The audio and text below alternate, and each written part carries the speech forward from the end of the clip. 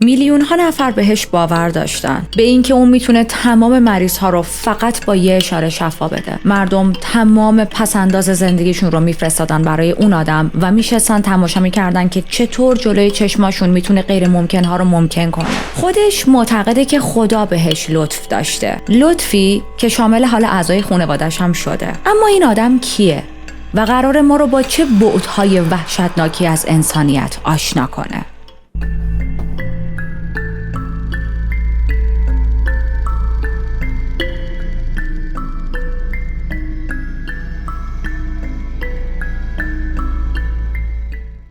من ریتا هستم و خیلی خوشحالم که توی یه اپیزود دیگه همراه همید. توی این چنل ما میریم سراغ پرونده های جنایی و اگر جدید هستید خیلی خوشحال میشم که چنل رو سابسکرایب کنید و به جمع ما بپیوندید. بنی هین 3 دیسمبر 1952 توی یافا در اسرائیل به دنیا اومد. خانواده‌اش اصالتاً فلسطینی، یونانی و ارمنی بودن و بعدها میگه موقع به دنیا اومدنش مادرش یه خوابی دید، در واقع شب قبل از به دنیا اومدنش، و توی اون خواب مادرش قبل از اینکه بچه رو توی یک پارچه گرم بپیچه یه گل رز به عیسی مسیح هدیه میده. بنی این خواب رو به عنوان یه نشونه پیامبرگونه درباره خودش تعبیر میکنه و فکر میکنه که خواب مادرش نشونه اینه که برای یک هدف الهی و معنوی اومده توی این دنیا و انتخاب شده. بنی توی یه خونه شلوغ با کلی خواهر و برادر بزرگ شد، محیطی که خودش اونو با یه فضای سنتی و قانونمند توصیف میکنه. دین از همون بچگی توی زندگیش حضور داشت و خب خیلی جای تعجب نداره که دین بعدها کاراکترش رو شکل میده. خانواده‌اش یه شاخه از مسیحیت رو دنبال میکردن و پدرش هم به گفته خودش مقام مهمی توی محافل مذهبی و حتی شهرداری شهر داشت. حالا این چیزا رو راجع به خانواده‌اش داشته باشید، دوباره بهش برمیگردیم. یه موضوع مهم دیگر رو میخوام بهتون بگم.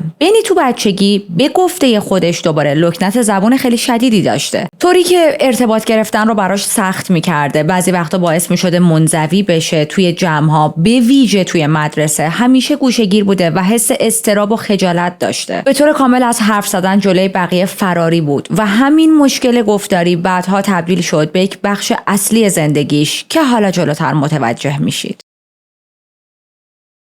توی سال 1968 وقتی که بنی فقط 15 سالش بود، خانواده‌اش مهاجرت کردن به کانادا، تورنتو. و فکر می‌کنید این جابجایی برای بنی راحت بود؟ اصلاً. این جابجایی یک تغییر خیلی بزرگ بود براش، نه فقط از نظر جغرافیایی بلکه از نظر کالچر هم داشت تفاوت‌های خیلی زیادی میدید. کالچرش با بقیه خیلی فرق داشت، کاراکترش، خانواده‌اش، یک مهاجر بود توی یک کشور جدیدی بود که هیچی ازشون نمیدونست. الان باید زبان جدید اون کشور رو یاد میگرفت و خب کلاً یک فضای اجتماعی خیلی خیلی متفاوتی داشت میدید و این هنجارهای فرهنگی براش خیلی چالش برانگیز بود. میره دبیرستان، اما خب اونجا هم از لحاظ درسی هم توی برقراری ارتباط با بقیه کلی مشکل داشت. لکنت زبونش همچنان باهاش بود و همین موضوع روی ارتباط گرفتنش با بقیه تاثیر میذاشت. باعث شده بود که ساکت‌تر و تودارتر باشه و بقیه بیشتر به چشم یک غریبه و اوتسایدر بهش نگاه کنن. اما درست تو همین سالهای نوجوانیه که زندگی بنی یک تغییر خیلی بزرگ و عمیق میکنه. سال 1972 وقتی بنی هنوز توی دبیرستانه، بعد از اینکه میره به یک مراسم مذهبی، یک تحول روحی بزرگ پیدا میکنه و به اصطلاح یک مسیحی دوباره متولد شده میشه. میدونید این مراسمایی که طرفو تو وان حموم و نمیدونم دریاچه و اینا میکنن، میگن دوباره متولد شده. یه سری غسل با آب انجام میدن، یک اصطلاحی داره، نمیدونم من دقیقاً اصطلاحش چیه چون همیشه گفتم اصلا من فن مذاهب نیستم، ولی تو فیلم‌ها دیدم که یه کاری میکنن، یه ذره شیلنگ تخته میکنن و آب میریزن روش و چی میشه، میگن طرف مثلا تازه متولد شد. فهمیدید چیو میگم؟ اون لحظه برای بنی یه لحظه بسیار بسیار خاص بود. در واقع اون فهمی که تا اون لحظه داشت از ایمان رو تغییر داد بهش به یک چیزی که تبدیل شه به باور شخصیش. میدونید تا اون لحظه ایمان براش این مدلی بود که اوکی من توی یک خانواده مسیحی مذهبی به دنیا اومدم و باید این دین رو فالو کنم، یه جورایی دین به من به ارث رسیده. اما بعد از اون اتفاق دین تبدیل شد به باور شخصیش. خیلی طول نکشید که قاطی یک گروه کوچیکی از آدم‌های مسیحی شد که تمرکزشون به شدت خیلی پررنگ روی عبادت روزانه خدا و مسیح بود. یک سبک خیلی پرشورتر از مذهبی بودن و این فضا با اون محیط خیلی خیلی خشک و سنتی و قانونمندی از مذهب که توش بزرگ شده بود و از خانواده‌اش دیده بود زمین تا آسمون فرق داشت. در واقع دوتاش سیم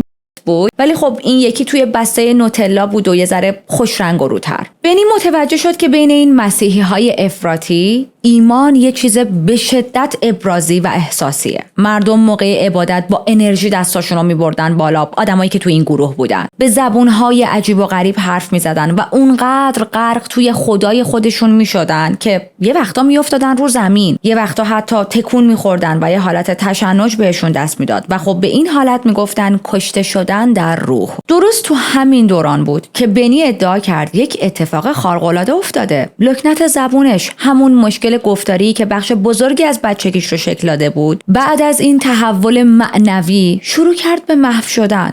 میگه این لکنت اونجوری نبود که کم کم از بین بره ها، بلکه تو 1/100 ثانیه به طرز معجزه‌آسایی غیب شد. یعنی تا چند لحظه پیش لکنت زبون داشته، بعد یهو با یه بشکن این لکنت زبون کاملا از بین رفت. باش، اوکی، ما باور میکنیم. البته تو باور نکن که ما باور میکنیم، ولی حالا ما واقعا نمیدونیم که بنی لکنت زبون داشته یا نه. اینا فقط گفته های خودشه. هیچ مدرک پزشکی وجود نداره. اینا همه ادعاهای خودشه و همینطور اطرافیانش هم تا جایی که من تحقیق کردم هیچ کدوم راجع به این لکنت زبون تو دوران بچگی صحبتی نکردن. ولی حالا بنی داره میگه که یک معجزه با چشمای خودش دیده. بنی این اتفاق رو به چشم یک مدرک از دخالت خدا و یک معجزه شخصی دید که تمام چیزهایی که الان تازه بهشون باور پیدا کرده داره براش محکم‌تر میشه. بعد از این ماجراها بنی خودش رو با یک اشتیاق خیلی بیشتری غرق دین کرد. شروع کرد به رفتن به صورت منظم به جلسه های دعا، خوندن انجیل به تنهایی و به قولی غرق کردن خودش به معنای واقعی توی این دنیای جدید از دین و ایمونی که پیدا کرده. هرچی بیشتر یاد میگرفت، بیشتر مطمئن میشد که فقط برای این به دنیا نیامده که این مسیر رو دنبال کنه، بلکه یک رسالتی داره و این رسالت اینه که بقیه رو هم توی این راه رهبری کنه. اون به شدت تحت تاثیر کشیش‌های تلویزیونی و شفادهنده‌های اون زمان قرار گرفت، به ویژه چهره‌هایی مثل کاترین کالمن. کاترین مراسم‌های شفا دادن برگزار می‌کرد اون زمان و اجراهاش اون موقع به شدت تاثیرگذار بود و همینطور خیلی هم موندگار شد روی بنی. حالا این کاترین خانم کی بود؟ یک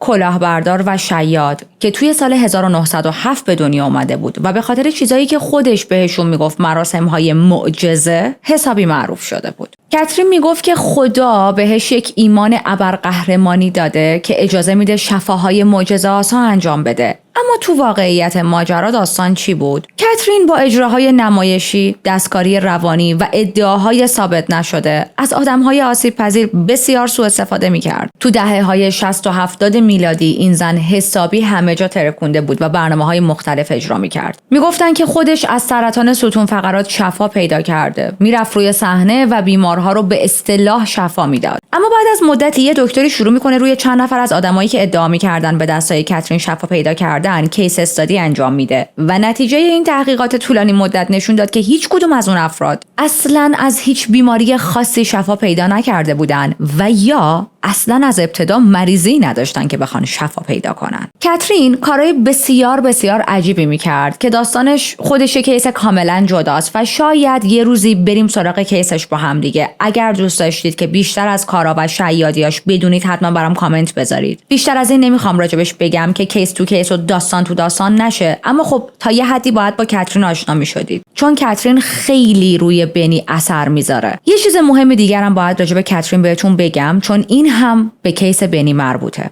کاترین با همین کلاهبرداری‌هاش یک لایف استایل به شدت لاکچری و پرزرق و برق برای خودش ساخته بود. برای همین وقتی بنی تصمیم گرفت مسیر خودش رو بره و مستقل بشه، اصلاً دنبال تحصیلات رسمی و الهیات و اینا نرفت. در واقع اون از کالج ترک تحصیل کرد چون مسیری که داشت انتخاب میکرد به هیچ علم و تحصیل و دانشگاهی نیاز نداشت.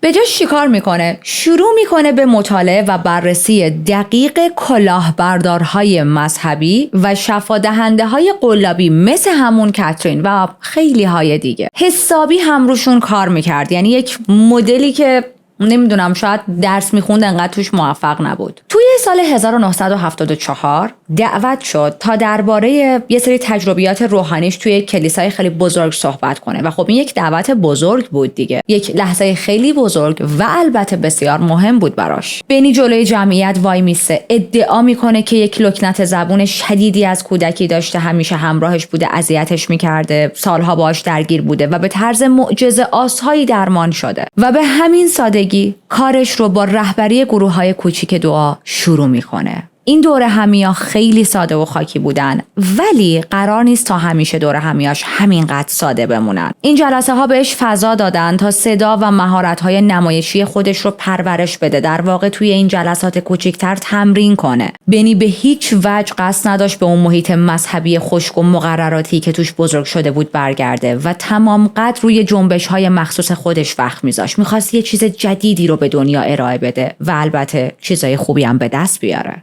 شک ندارم متوجه شدید که آدم‌ها چقدر راحت گول میخورن. بنی هم خیلی زود این موضوع رو فهمید آدمایی که توی این جنبش‌ها میان دوست دارن احساس کنن که خاصن و برگزیده شدن. چی بهتر از این که حس کنن توسط یک موجودی به اسم خدا برگزیده شدن. پس از این نقطه ضعف آدمیزاد استفاده کرد و شروع کرد به حرف زدن درباره چیزی که بهش میگفت لمس قدرت الهی. چیزی که به گفته اون میشد حسش کرد، انتقالش داد و حتی شدتش رو بیشتر کرد. بنی فقط سخنرانی نمی‌کرد، بلکه ادعا می‌کرد خودش هم این قدرت رو داره و همین داشتن قدرت تبدیل شد به هسته اصلی هویت و آموزشاش. اون حرفایی میزد و جوری ذهن آدم‌ها رو دستکاری می‌کرد و بهشون تلقین می‌کرد که آدمو میافتادن رو زمین، گریه می‌کردن، میلرزیدن یا حتی ادعا می‌کردن که شفا پیدا کردن. بله، آدم‌ها واقعا اینجوری باور پیدا می‌کردن و ذهنشون دستکاری می‌شد. اولش این روایت‌ها فقط یه سری داستان کوچیک بودن که تو جامعه در حال رشدش دست به دست می‌چرخیدن و دست به دست می‌شدن. اما همینها بذر یک چیز خیلی بزرگتر رو کاشتن. اواسط دهه 70 میلادی بنی با یک زنی آشنا شد که چند وقت بعد ازدواج کردن، شد همسرش، خانومی به اسم سوزن. سوزن تو آمریکا بزرگ شده بود، تربیتش سنتی مذهبی بود، مادر و پدرش کلیسا داشتن، کلیساشون حدود 300 نفر عضو داشت و به مرور این 300 نفر رسید به 700 نفر و خب بعدش تبدیلش کردن به یک ابر کلیسا. مادر و پدر سوزن همچنین توی تلویزیون یک برنامه مذهبی داشتن که پخش میشد و کلاً میخوام بگم مادر و پدرش توی امورات مذهبی بسیار بسیار فعال بودن و همینطور پشت سوزن بودن. خلاصه که رابطه این دو نفر خیلی سریع با هم جوش خورد، خیلی سریع پیش رفت، خیلی زود جدی شدن و obviously میدونید خیلی شبیه هم بودن. هر دوشون عاشق مذهب بودن، هر دوشون عاشق یه سری شیادی بودن و خب چرا که نه در تخته با هم جور شده بود. سوزن جذب اون شور و اشتیاق و حس هدفمندی بنی شده بود و خب به عنوان فرزند یک کشیش کامل برای دنیایی که بنی میخواست واردش بشه مناسب بود و آمادگی داشت. بنی میدونست که برای حمایت و ثبات دادن به امبیشناش باید روی سوزن حساب باز کنه. پس این دوتا توی 4 آگوست سال 79 با هم ازدواج کردن و اون موقع بنی هنوز یک فرد ناشناخته بود و خبری از شهرت عجیبش که اول اینترو گفتیم نبود. اما خب صبر داشته باشید، قراره به بعدهای خیلی عجیبی برسیم. اون موقع بنی فقط یه مرد بود با یه سری پیرو که مدام داشتن بیشتر میشدن و البته یک ویژن برای آینده. توی سالهای بعد بنی و سوزن 4 تا بچه به دنیا آوردن. همونطور که بنی داشت تبدیل به یک چهره مهم توی تشکیلات مذهبی میشد، سوزن هم با شور و هیجان کامل و تمام وقت توی سخنرانی‌ها و شستشوهای مغزی شرکت میکرد و بیشتر وقتا کنار بنی دیده میشد تا تصویر یک خانواده قوی و با ایمان و اراده رو برای پیروانشون محکم‌تر کنن.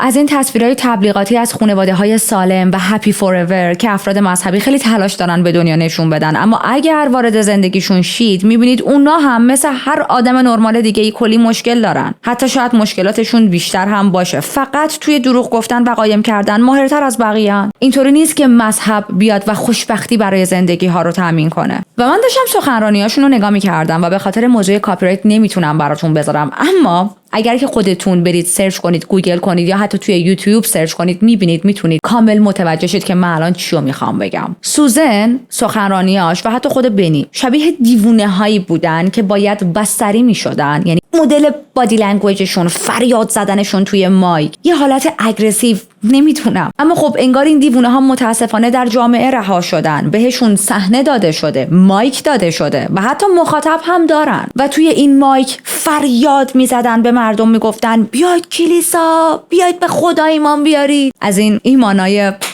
زورکی، یا ایمان میاری یا با چماق یه کاری میکنیم که ایمان بیاری، یا ایمان بیارید. میدونید هر چقدر حالا ایمانتون قوی تر، این پولی که به ما میدید بیشتر. توی سال 1983 بنی تصمیمی گرفت که مسیر زندگیشون رو کامل عوض کرد. بنی یه مرکز مسیحیت تأسیس کرد و این اولین کلیسای واقعی اون بود و خیلی هم سریع رشد کرد، طوری که تا اواسط دهه 80 میلادی جمعیت شرکت کننده ها به هزاران نفر رسید. این مراسم به هیچ وجه شبیه مراسم‌های مذهبی سنتی نبودن. همه چیز یک حالت نمایشی داشت و محور همه چیز هم خود بنی بود. خودش رو می‌برد بالا، به جمعیت میگفت که خدا داره از طریق اون پیش مردم کار میکنه و اون یک واسطه برای شفای الهی. هرچی تعداد پیرواش بیشتر میشدن، این مراسم‌ها که بعدها هم اسمشون رو گذاشت کمپین‌های معجزه، به جاهای بزرگتری مثل سالن‌های همایش، استادیوم‌ها و در نهایت به ورزشگاه‌های خیلی بزرگ کشیده میشد. گزارش‌های شفا پیدا کردن توی مراسماش هی بیشتر و بیشتر میشد. البته اولش این ادعاها خیلی نامحسوس بودن. مثلا مردم میگفتن که دردمون کمتر شده، یا ما قبلا نمیتونستیم خوب راه بریم، الان بهتر میتونیم راه بریم، یا یه سری گره‌های روحی روانیمون باز شده.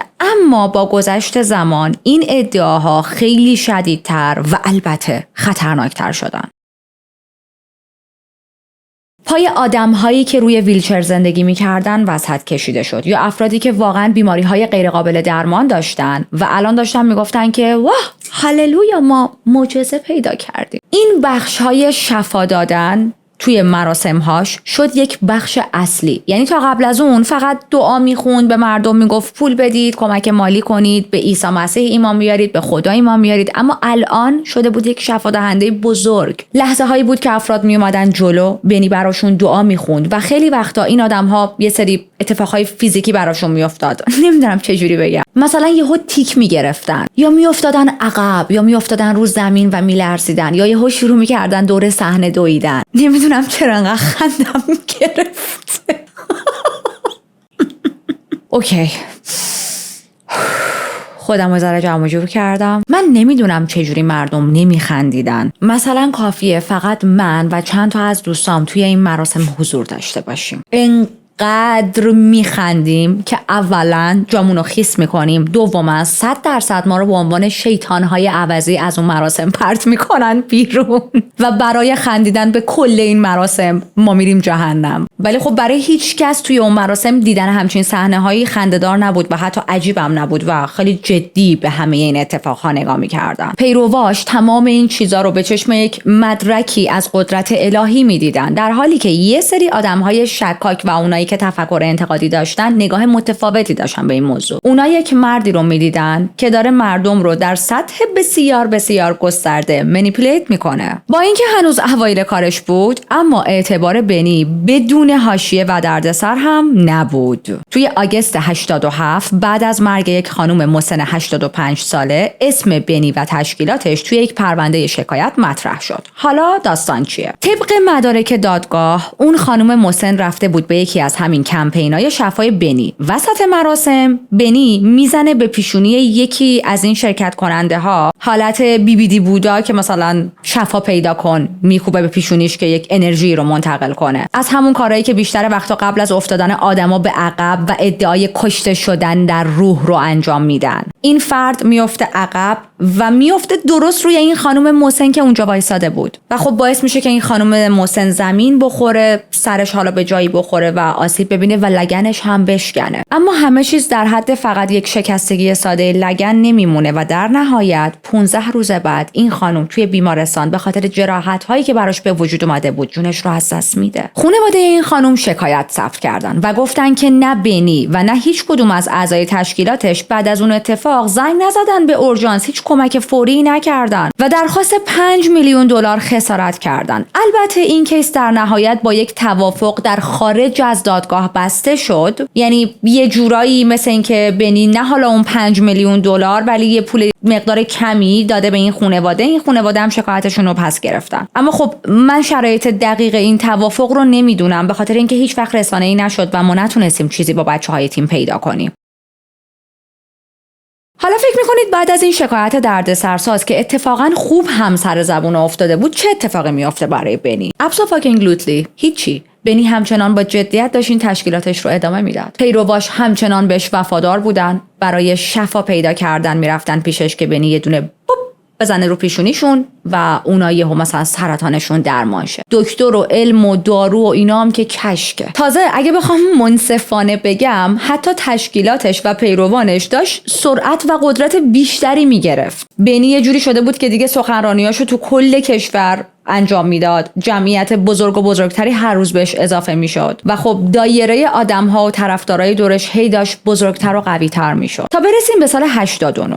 این رشد زیادش باعث شد تا یکی از مراسماش تو سطح ملی پخش شه و بچه‌ها این همون لحظه‌ای بود که بنی رو به سمت یک جایگاه خیلی بزرگتر، یعنی تبدیل شدن به یک ستاره تلویزیونی پرتاب کرد. بنی الان دیگه تو این خط زمانی حسابی یاد گرفته بود چجوری ذهن بقیه رو دستکاری کنه. همچنین دیده بود که هر کدوم از آدم‌های شیاد و کلاهبردار مثل خودش چقدر به شکل عجیبی ثروتمند شدن و خب طبیعیه که اونم سهم خودش رو از این ثروت بادآورده بخواد دیگه. تا پایان دهه 80 کلیسای بنی حسابی رونق میگیره. مراسماش هزاران نفر رو جذب میکرد به خودش. زمزمه‌های مربوط به شفا دادن‌های معجزه آسا همینطوری داشت بین جمعیت داخل کلیسا پخش میشد. اما همه چیز قرار بود توی سال 1990 خیلی سریع تغییر کنه. درست زمانی که بنی برنامه تلویزیونی خودش رو به اسم این روز توست رو راه انداخت. این برنامه می اومد و بهترین بخش‌های کمپین‌های معجزه‌اش رو پخش می‌کرد و به مردم نشون میداد. چیزایی مثل شهادت‌ها، شفا دادن‌های احساسی، لحظه‌هایی که مردم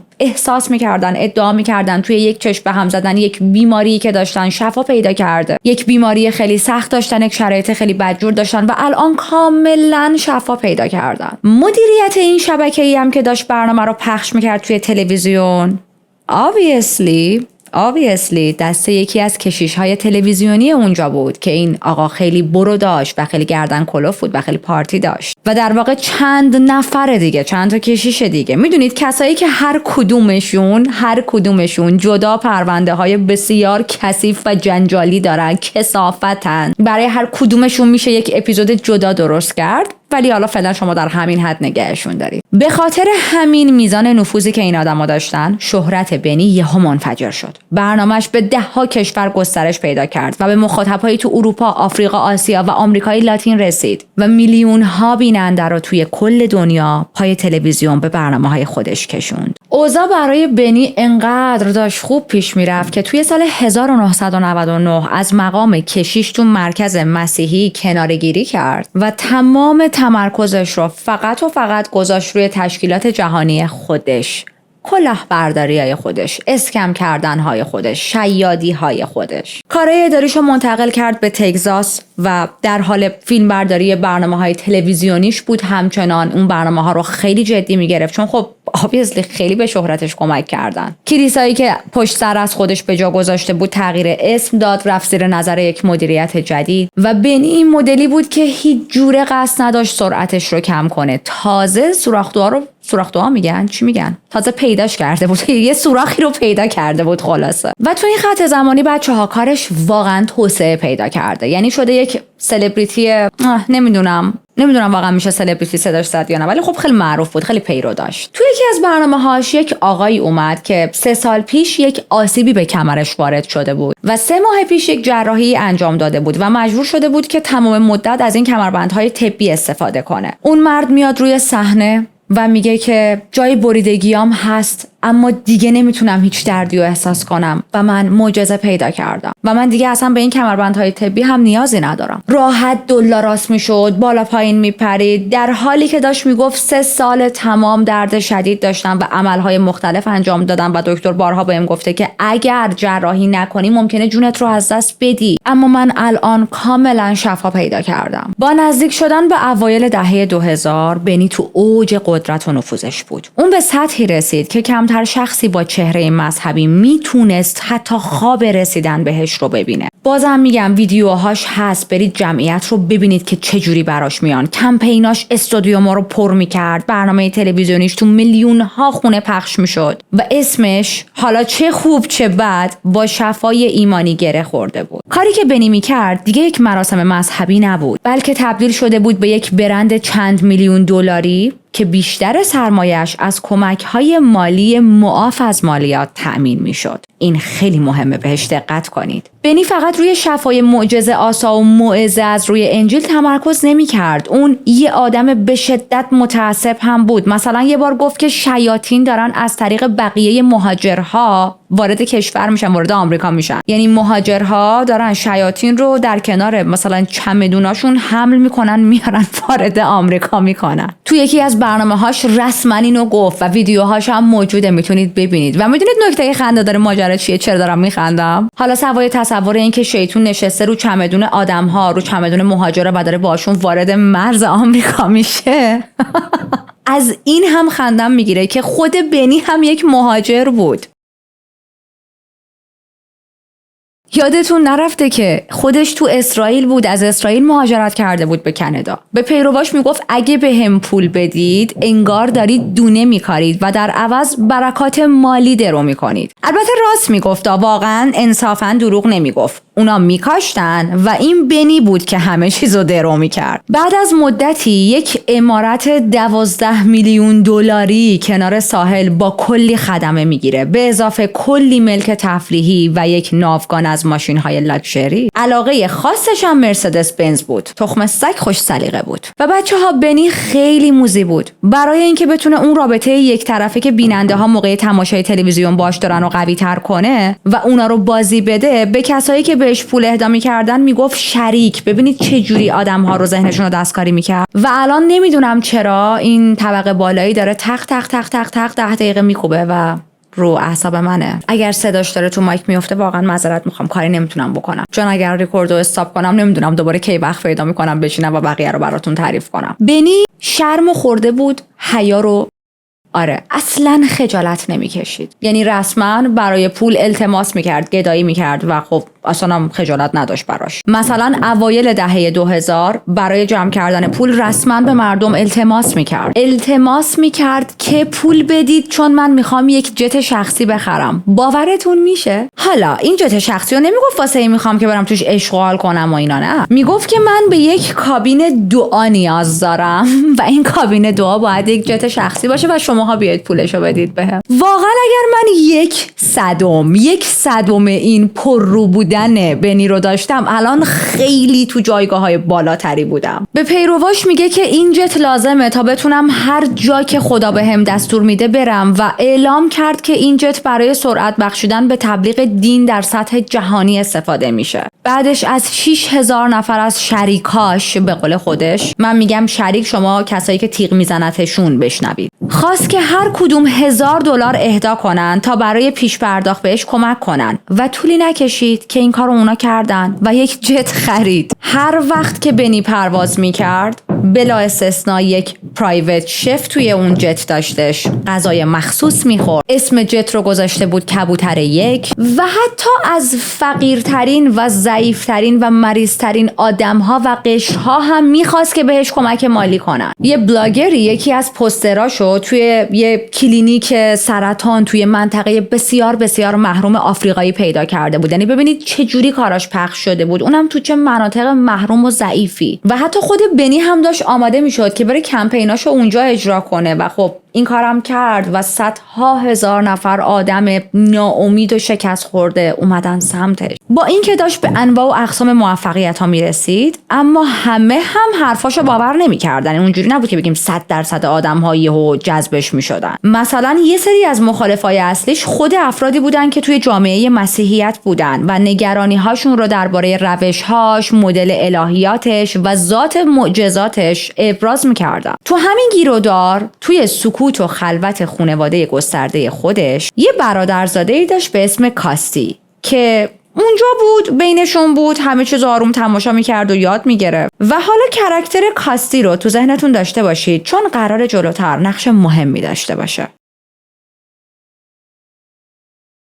برسیم به اپریل سال 2001 که شبکه HBO یک مستندی پخش میکنه. این مستند راجع به بنی و یک مبلغ آلمانی دیگه بود. یه تیم فیلمبرداری میذارن، دسترسی باز و غیر عادی داشتن، بهشون اجازه داده شده بود که هر چند نفر آدمی که دوست دارن رو برن باشون مصاحبه کنن، برن تحقیق کنن. آدم‌هایی که ادعا میکردن توی کمپینای این دو نفر شفا پیدا کردن و از این جنگولک بازیه. و در عرض 1 سال تمام این کیس ها دوباره بررسی شدن و خب با یک دقت بسیار بسیار وسواسگونه‌ای زیر ذره‌بین رفتن و خب میتونید حدس بزنید چی شد دیگه، چیا فهمیدن هیچ کدوم از این شفا پیدا کردن ها واقعی نبوده. از نظر پزشکی هیچ کدومشون قابل تایید نیست، همشون یا دروغ بوده یا الکی بوده. کارگردان این مستند بعدها گفت که اگر من معجزه‌ای با چشم خودم میدیدم، با کمال میل همه این اتفاقها رو با بقیه به اشتراک میذاشتم، ولی خب ما نتونستیم برنامه رو ادامه بدیم به خاطر اینکه همه اینا دروغ بود. میگه من با این باور از این برنامه بیرون اومدم که چنین تشکیلاتی مرز بین ایمان و نمایش رو یه جوری توی تاریکی و دروغ فرو میبره که حتی اونایی هم که ایمان واقعی دارن آسیب میبینن. همین حس و حال، همین اتفاق تو سال 2004 هم تکرار شد. این بار شبکه CBC نیوز اومد تا یک برنامه پخش کنه. یه تحقیقی انجام دادن با این اسم که آیا به معجزه باور دارید یا نه. برخلاف مستند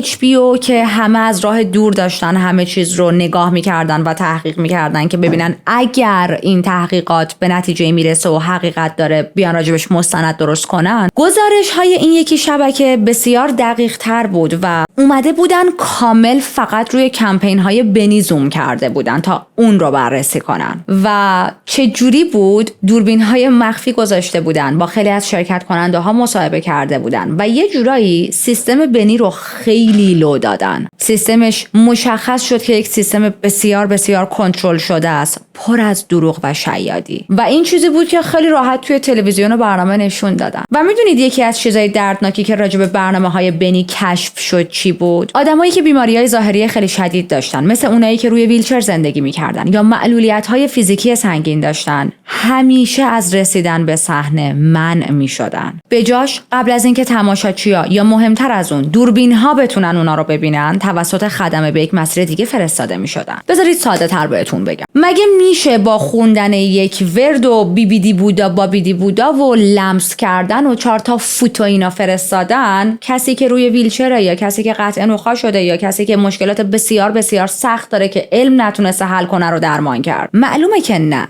اگر کسی بگه آره، باید که مقدار بیشتر به خودش شک کنه. بنی فقط میتونست بیمارهایی رو در ظاهر درمان کنه که بیماریشون با چشم دیده نمیشد. گرفتید پوینتمو؟ مثلا کسی که میگفت من کمردرد دارم، من پادرد دارم، من نمیدونم دستم کار نمیکرد حالا الان کار میکنه، یا از نظر روحی روانی مدت خیلی زیادیه که به هم ریختم. بنی اسکمر هم میومد یه دعا میخوند، به طرف حسابی تلقین میکرد، یه دونه اینطوری میزد رو پیشونیشو، یه بشکن میزد و طرف میافتاد زمین و متحول میشد، پا میشد و میگفت وای من معجزه پیدا کردم. نه، معجزه منو پیدا کرد، من شفا پیدا کردم. این درست شد. در واقع بنی داشت خیلی شیک سایکولوژیکال مانیپولیشن انجام میداد. آدم‌ها هم فکر میکردن دردشون واقعا از بین رفته، تلقین براشون اتفاق میافتاد و خب خیلی وقتا این آدم‌ها یا واقعا ذهنشون دستکاری میشد یا از اعضای خود تیم بنی بودن. گرفتید؟ چون کاری نداره که شما راحت میتونید بازیگر استخدام کنید. مثلا یه قسمتی، یه تیکه فیلمی من داشتم میدیدم، یک لحظه خیلی احساسی بود. یک دختر بچه‌ای بود که مشکلات عضلانی شدید داشت از بدو تولدش و با تمام وجود دلش میخواست بره پیش بنی تا بنی براش دعا بخونه و اون رو شفا بده. اما بنی اون رو برگردوند و این کار باعث شد که اون دختر ساعتها جلوی دوربین‌ها گریه کنه و خیلی پریشون بود. هم خودش هم مادرش دلشون شکسته بود. میدونید حالتی بودن که اگر یک نفر واقعا به شفا نیاز داشته باشه این بچه است، چرا ردش میکنی؟ شفا بده دیگه. یا مثلا یه نفر دیگه ای که اومد جلوی دوربین بعدها صحبت کرد، یک آقای جوونی بود که برای سالهای سال از عصا استفاده میکرد و بدون عصا نمیتونست درست راه بره. تمام امیدش این بود که بنی نجاتش بده، چون هر راهی رو امتحان کرده بود و هیچ چیزی نتونسته بود درمانش کنه. اون آقا هم وقتی تلاش کرد که به صحنه نزدیک شه بهش گفتن تو مریضیت واقعیه؟ نه تو برو ته صف. و بله نذاشتن بیاد روی صحنه تا بنی شفاش بده. و ببینید این آدم ها واقعا آخرین امیدشون بنی بود و خواهش میکنم که قضاوتشون نکنیم. خیلی وقتا آدم ها وقتی همه راه ها رو امتحان میکنن هیچ نتیجه‌ای نمیگیرن، هیچ درمانی نمیتونن پیدا کنن، دست به دامن چنین چیزها و چنین افرادی میشن و این آدم ها قربانیان. و یادمون باشه که ما در این چنل قربانی ها رو قضاوت نمی کنیم و ویکتیم بلیمینگ نداریم. هر قضاوتی دارید میتونید بذارید رو بنی. ویدیوهاش اینجوری بود که بیشتر وقتا توی مایک فریاد میزد که سرطان نمیتونه در حضور خدا دووم بیاره. ببینید از این مدلاییه که وقتی ویدیوهاشو میبینم فقط دلم میخواد بهش بگم calm the داون من، چرا داد میزنی؟ شنیدیم صدا تو، داد نزن. اجراهای خیلی هیجانی، جو میده، فریاد میزنه، میگفت سرطان فقط یک اسمی بالاتر از سرطان وجود داره و اون هم عیسی مسیحه. بعد عربده میزد، مدام میگفت باید به خدا ایمان بیارید، باید با قدرتتون ستایشش کنید وگرنه شفا پیدا نمیکنید. ببینید این نکته خیلی مهمه. تو اگر شفا پیدا نکردی چون خودت ایمان زیاد و قوی و محکمی به خدا نداشتی. من قدرتم زیاد بوده، خدا هم که داره با من حرف میزنه، حالا خدا پایین یا بالا نمیدونم، ولی حالا به هر حال داره با هم حرف میزنه، تکست میذاره برا من. قدرتش هم که اومده اونجوری پشت داده به من دارم شماها رو درمان میکنم، من دارم شماها رو شفا میدم. اگر شفا پیدا نمیکنید چون ایمانتون ضعیفه. یک الگوی بسیار بسیار تکراری که بچه‌های قدیمی توی چنل زیاد توی کالت هایی که بررسی کردیم دیدن و الان دیگه انقدر بنی بزرگ شده که توجه خیلی از روزنامه‌نگارها و خیلی از دیتکتیو ها تازه جلب شده به تشکیلات آقای بنی. اما تو همین خط زمانی یک اتفاقی از درون خانواده‌اش میفته. کاستی رو یادتونه؟ یه اسمی عقب‌تر گفتم برادرزادش اسمش رو تو ذهنتون داشته باشید، می‌خوایم بهش برگردیم. براتون داستان دارم ازش. کاستی تو همون دنیا بزرگ شده بود. اوکی، یعنی همه اعضای خانواده و فامیل توی این فرقه بودن و توی این دنیا بزرگ شده بودن، از جمله کاستی. پدر کاستی یک کشیش بود، یک کلیسایی داشت توی ونکوور و از طریق همین ارتباط کاستی هم خیلی زود به این تشکیلات و دم و دستگاه بنی کشیده شد. چون پدرش ماهی 2 بار با بنی سفر میرفت و توی کمپین ها بهش کمک میکرد. خب چرا که نه؟ و ببینید وقتی جزو این خانواده باشین، کار کردن برای بنی حسابی واسهتون پولساز خواهد بود. کاستی بزرگ شدن تو این خانواده رو به ترکیبی از خانواده سلطنتی و مافیا تشبیه کرد بعدها. دقت کنید نمیگه مثلا یه خانواده پولدار یا یه خانواده مذهبی، میگه یک خانواده سلطنتی و مافیا مانند بودیم. توی یه مصاحبه کاستی میگه با وجود اینکه عیسی مسیح هنوز هم بخشی از انجیل ما بود، اما بیشتر شبیه یه غول چراغ جادو شده بود. اینجوری بود که این چراغو باید به روش درست میمالیدین و روش درستش هم پول دادن بود و داشتن ایمان کافی. بعد میتونست میراث معنوی شما رو باز کنه. هدف بنی خدا، شکوه و جلال نبود، بلکه سود و منفعت خودش بود. و اینا حرفای کاستیه ها. لطف اون برای این نبود که خانواده ما رو از گناه آزاد کنه، بلکه برای این بود که خانواده‌مون رو ثروتمندتر کنه و واقعا هم داشت روز به روز ثروتمندمون میکرد. به بقیه زندگی پر از نعمت و ابدی پیشنهاد میداد، وعده میداد در واقع، در حالی که خودش داشت عین همون زندگی رو تو دنیای واقعی میکرد. خیلی آخوند بود، خیلی آخونده بنی. یعنی من میتونم کل این کیس رو با این جمله تموم کنم: بنی یک آخوند درون داشت و اجازه داده بود این آخوند درون زندگی کنه، حکمرانی کنه. کیس تموم شد بچه‌ها. کاستی میگه ما توسط انجیل داشتیم توی رفاه زندگی میکردیم، یا بهتره بگیم توسط سوء استفاده از انجیل. میگه بودن توی این خانواده کلی هم مزایا داشت. خانواده کاستی توی یک عمارت بسیار بسیار بزرگ با درهای خیلی بزرگ و همیشه بسته زندگی میکردن که اونا رو به طور کامل از کلیساهای معمولی جدا کرده بود. کلیساهایی که داشت هزینه این زندگی لاکچری رو میداد. 3 تا مرسدس بنز داشتن، کلی ماشین SUV لاکچری داشتن و همه اینا به عنوان برکات الهی به بقیه معرفی می‌شدن. یعنی نمیگفتن ما خیلی پول داریم، میگفتن برکات الهی در زندگی ما بسیار زیاد است. یه دو تا از این برکات الهی ها رو به ما بدید. من به هر خدایی که بگید ایمان میارم. خانواده‌اش تعطیلات لاکچری و عجیب غریب میرفتن، فقط و فقط لباس از برندها و طراحهای معروف می‌خریدن و یک خونه 2 میلیون دلاری با ویوی اقیانوس داشتن. برای کاسی تمام این چیزا یک زندگی کاملا نرمال و عادی بود. میگه که من و خانواده‌ام مثل حوری‌های توی انجیل زندگی می‌کردیم، ولی خب تو دنیای واقعی. هر موقع که کاسی به بنی گله‌ای می‌کرد که چجوریه که ما انقدر لاکچری مثلا بقیه مردم تو فقر و بدبختی زندگی می‌کنن، بنی بهش یک حرفی می‌زد. میگفت ببین منتقدا دارن به سبک زندگی ما حسادت می‌کنن. اونا حسود پلاستیکی ان، تو بهشون توجه نکن. و هرچی کاسی بزرگ و بزرگتر می‌شد، شک و تردیدش به تمام این دم و دستگاه و تشکیلات بیشتر میشد. یکی از اولین دفعاتی که خیلی زیاد شک کرد موقعی بود که از پدرش پرسید که بابا من یه دوستی دارم که سرطان داره، دوست مدرسمه و به خاطر این سرطانش تمام موهاش رو از دست داده، بیایید بریم شفا بدیمش. و پدرش بهش گفت نه نمیتونیم بریم، تو خونه بشین و براش از تو خونه دعا کن. و اونجا بود که کاسی با خودش به این فکر افتاد، سنش هم خیلی زیاد نبود، به این فکر افتاد که مگه ماها قدرت شفا بخشی نداریم؟ مگه ما نمیتونیم بقیه رو شفا بدیم؟ پس چرا از این استعداد و قدرت الان استفاده نمی کنیم، الان که یک نفر واقعا درگیر سرطانه و به شفا نیاز داره؟ ولی خب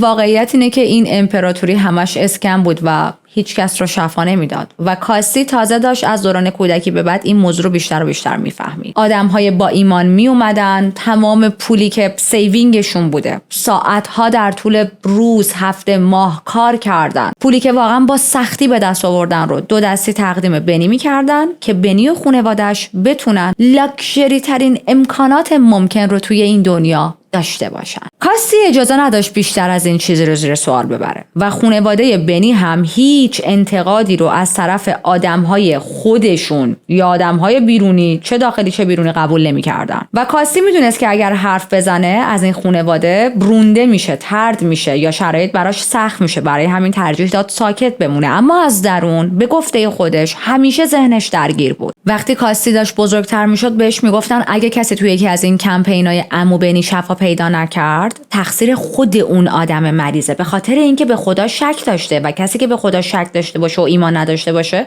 خدا درمانش نمیکنه. وقتی کاسی میپرسید که چرا بعضی از پیشگوییاشون با انجیل در تضاده، بهش میگفتن خدا رو در یک چارچوب محدود نکن، سوسک میشی. اگه هنوزم شک داشت بهش میگفتن به تمام چیزهایی که داریم نگاه کن، ببین ما چه خانواده موفقی هستیم، ببین چند میلیون آدم برای شفا پیدا کردن میان پیش ما، آیا این مدارک کافی نیست که خدا طرف ماست؟ کاسی هم خب واقعا نمیتونست با فکتس بجنگه، یعنی نمیتونست منکر شه، چون خب اونا واقعا آدمهای موفقی بودن و زندگی خیلی خوبی داشتن. اما این موفقیت به خاطر این نبود که خدا در بهشت رو بروشون باز کرده بود، به خاطر این بود که شماها اسکمری. اما خب برای کاسی و اونایی که سنشون کمتر بود اینجوری صحبت میکردن که خدا لطفش رو شامل حال ما کرده و ما این لطف رو داریم دریافت میکنیم، برای همین وضعیت مالی ما بهتره، پس حق با ماست. یک منطق کاملا آبدوخیاری که خب باش میتونید بچه‌ها رو گول بزنید تا فعلا وقتی کودک و جوونن دهنشون بسته باشه. خانواده بنی یک سنتی داشتن و اونم اینجوری بود، یه مراسمی داشتن برگزار میکردن و شامل حال این بود که تمام پسرهای جوون قبل از اینکه وارد کالج بشن باید حداقل 1 سال برای بنی کار میکردن. یه حالت سربازی اجباری توشون بود و این کار برای این بود که نشون بدن چقدر وفادارن و چه قدردانی عمیقی نسبت به عمو بنی دارن. پس کاسی هم وقتی به اون سن رسید دقیقاً مجبور شد همین کارو بکنه، مجبور شد به سربازی عمو بنی بره. وارد تشکیلات بنی میشه به عنوان یک دستیار شخصی و البته به عنوان یک گیرنده. حالا گیرنده کیه؟ گیرنده اینایی که آدمایی رو که مثلا در روح کشته شدن، چجوری بهتون توضیح بدم؟ بابا اینایی که براشون معجزه اتفاق میفته یهو عقب میافتن، یکی باید باشه اینا رو از پشت بگیره زمین نخورن. نقش چارپای نردبون یه همچین چیزی. کاسی هم اون گیرنده بود. به اینجور آدما میگفتن تو تشکیلات بنی گیرنده. یعنی اصلا انقدر مسخره از کاراشون، من نمیتونم مثل چیزا رو براتون تعریف کنم، یعنی لال میشم. چجوری من واسه شماها توضیح بدم که یک شغلی وجود داره در دنیا که طرف وای میسه که یکی دیگه وقتی میخواد قش کنه بگیرتش. کاسی 1 سال پیش بنی کار میکنه و از اون 1 سال به عنوان دورانی یاد میکنه که به شدت غرق در ثروت بود و دید که بی نهایت ثروت داشتن یعنی چی. میگه وقتایی که با عموم بنی سفر میکردیم تمام مدت توی سویت‌های رویال شبی 25,000 دلاری اقامت میکردیم و ببینید اینا برای مثلا 10 15 20 سال پیشه، یعنی همین سویت‌های رویال الان خیلی قیمتاشون فضایی تر شده. تمام مدت اقامتگاه‌های ساحلی مخصوص داشتیم، به ویژه توی یونان. تورهای کوههای آلپ میرفتیم توی سوئیس و چندین سفر به هاوایی و جاهای دیگه هم داشتیم و تمام این سفرها توی لاکچری ترین حالت خودش بود. کاسی میگه ما فقط با جت شخصی پرواز میکردیم و تنها کاری که من باید میکردم این بود که آدما رو بگیرم از پشت نیفتن و همینطور یک قیافه روحانی هم به خودم بگیرم. چه کار سختی. بعضی وقتا کل طبقه های یک هتل برای همراهای بنی و دستیاراش و تیم امنیتی رزرو میشد. بعدهای غذایی، خریدا، کچلوارای سفارشی، ساعت‌های بسیار گرون قیمت. خلاصه که تو هیچ هزینه‌ای صرفه‌جویی نمی‌کردن. یعنی اینجوری بهتون بگم انقدر پول داشتن که در یک احتمالاً با دلار پاک می‌کردن. همه چیز توی سطحی پیش میرفت که هیچ قیمتی نداشت. اما خب رسوایی‌هایی داره اتفاق میفته، انتقادهایی داره از سمت بقیه میشه و فراتر از تمام این رسوایی‌ها و انتقادها یه سری چیزها راجع به گذشته خود بنی داره همینجور میاد بالا، میاد وسط، میاد رو و داره به همه میگه که یه جای کار بنی از ابتدا میلنگیده ها. آی مردم دقت کنید. بنی مدت‌ها داستان‌هایی درباره دوران کودکی برای بقیه تعریف کرده که باعث شده یک تصویری بسازه که به دنیای الانش کانکت شه و بگه که ببینید من از ابتدا از بچگی خاص بودم، من تافته جدا بافته بودم، من پیغمبر بودم. چیزایی که من هم اوایل کیس براتون از کودکیش تعریف کردم. مثلا گفتش که پدرش شهردار بوده، پدرش پست و مقام خیلی مهمی داشته. جزئیاتی به دوران کودکیش همیشه اضافه میکنه که یک حس مهم بودن به پیشینش بده. اما واقعیت چیه؟ تو واقعیت پدر بنی فقط یک کارمند ساده توی اداره کار محلی بود.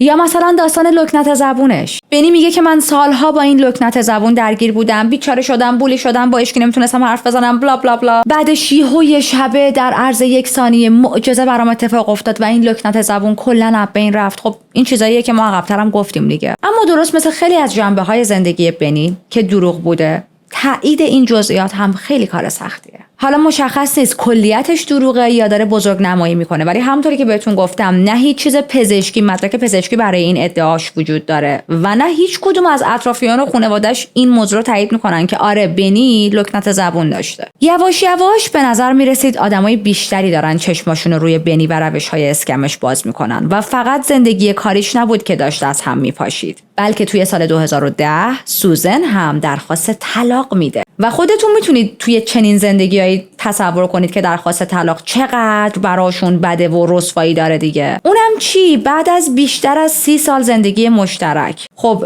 پیروای وفادارشون واقعا بعد از شنیدن این خبر شاک شدن. سوزن دلیل طلاق دادن بنی رو اختلافات غیرقابل حل اعلام کرد، اما زمانبندی این اتفاق باعث شد خیلی‌ها به خیلی چیزا شک کنن. به نظر میرسید این طلاق درست تو زمانی داره اتفاق میفته که تمام تشکیلات بنی زیر ذره بین رفته. میدونید سوزن یه حالتی بود که او بیشتر از این تو گند و گوهات نمیمونم، شرمنده من رفتم. و در نظر بگیرید سالها بود که این زوج یک ظاهر متحد از خودشون نشون داده بودن به مردم، اما حالا اون تصویر داشت کاملا از هم میپاشید و بعدش سر و کله شایعه ها و عکس ها پیدا شد. خیلی زود بعد از درخواست طلاق گزارش های منتشر شد که بنی رو به یک زنی که مشاور ترامپ بود ربط میداد. دلیل این شایعات هم مال وقتیه که اون خانم که اسمش پاولا بود دیده شده بود که داره از یک اتاق هتل در روم میاد بیرون، اما کسی که همراهش بود و دست تو دست هم بودن بنی بود. بنی که هنوز اون موقع متأهل بود و اینا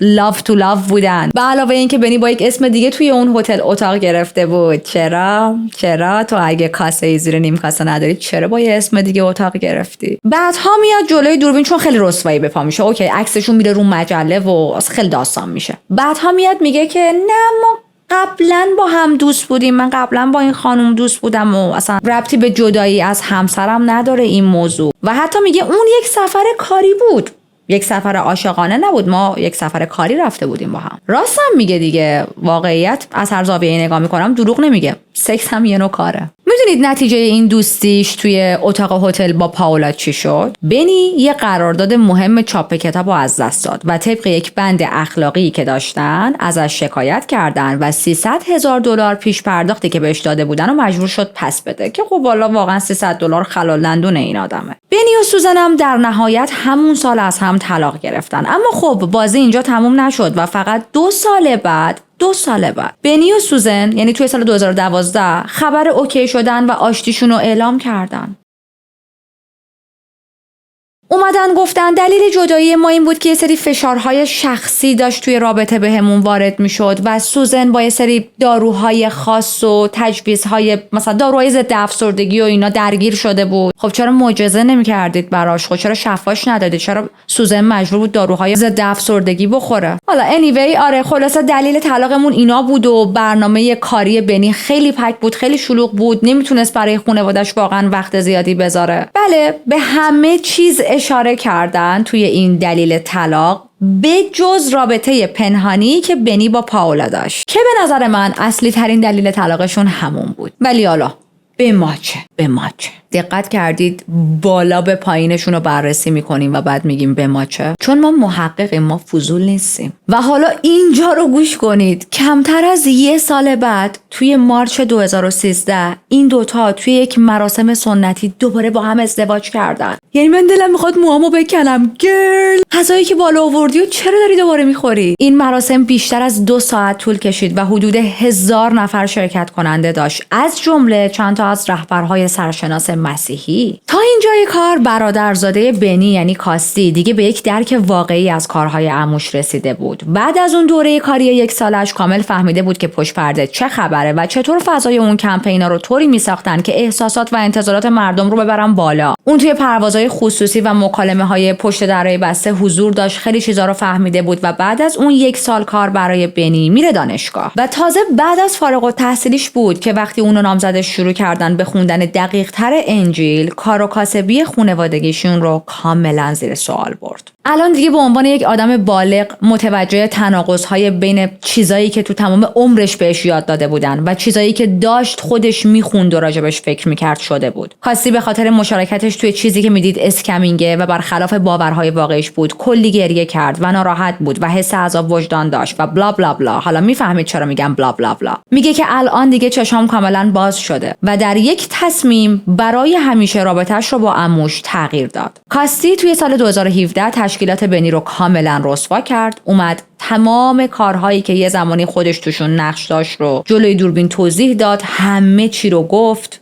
افشاگری کرد دیگه. تو سال 2019 کتابی چاپ کرد و توش تجربیات شخصی خودش و انتقاداتی که داشت کلاً به تمام این مسائل رو نوشت. کتابش هم موجوده، میتونید برید بخونید. و توی اون کتاب خیلی ابراز پشیمونی کرد بابت اینکه خودش هم یک زمانی جزو اون دم و دستگاه بوده، اینکه خودش توی سیستمی نقش داشته که از آدم‌های آسیب‌پذیر سوء استفاده می‌کردن. میگه که من خیلی شرمنده‌ام. میگه که عموی من بنی با وقاحت تمام از آدم‌های آسیب‌پذیر سوء استفاده می‌کرد. هیچ شرم یا هیچ لیمیتی نداشت. میگه مردهایی مثل عموی من افرادی ان که مردم رو میبلعن و نابود میکنن برای اینکه فقط و فقط به هدف خودشون برسن. توی سپتامبر همون سال هم اومد توی یک برنامه خودش رو از بنی و تشکیلاتش کاملا جدا کرد. گفت من دیگه کارم با داستانهای عموم کاملا تموم شده. گفت پشیمونه که توی این آموزش ها زیاده روی کرده و اعتراف کرد که به آدمهای خیلی زیادی آسیب زده، ولی خب خودش هم توی این تشکیلات گیر کرده بود و چاره دیگه ای نداشت. میگه از اینکه یک سره از مردم پول طلب میکردیم، وقتی به این موضوع فکر میکنم حالم به هم میخوره. اما خب الان انجیل رو دارم با یک دیدگاه متفاوتی میخونم و تغییر کردم. البته این پشیمونی به این معنا نبود که بیاد و پولایی که از مردم کلاهبرداری کرده بود رو بهشون برگردونه.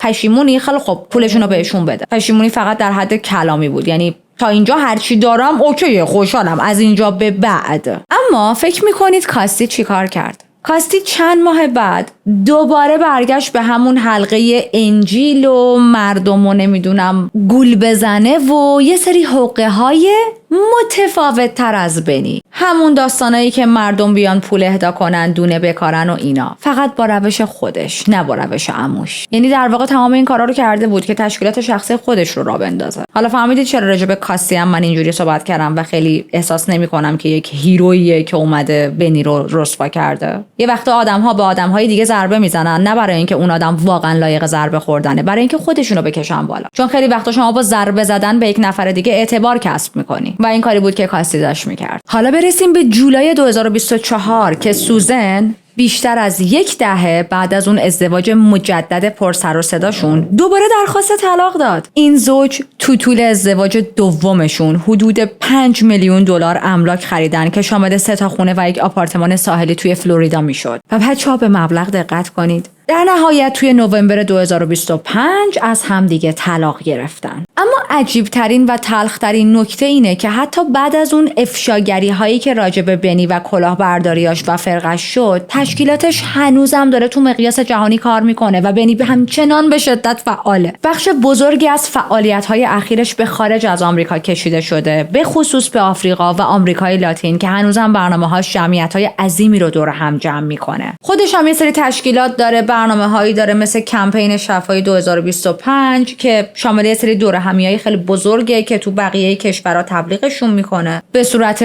حضوری میره یا از طریق برادکست به میلیون‌ها نفر میرسونه این برنامه‌ها رو.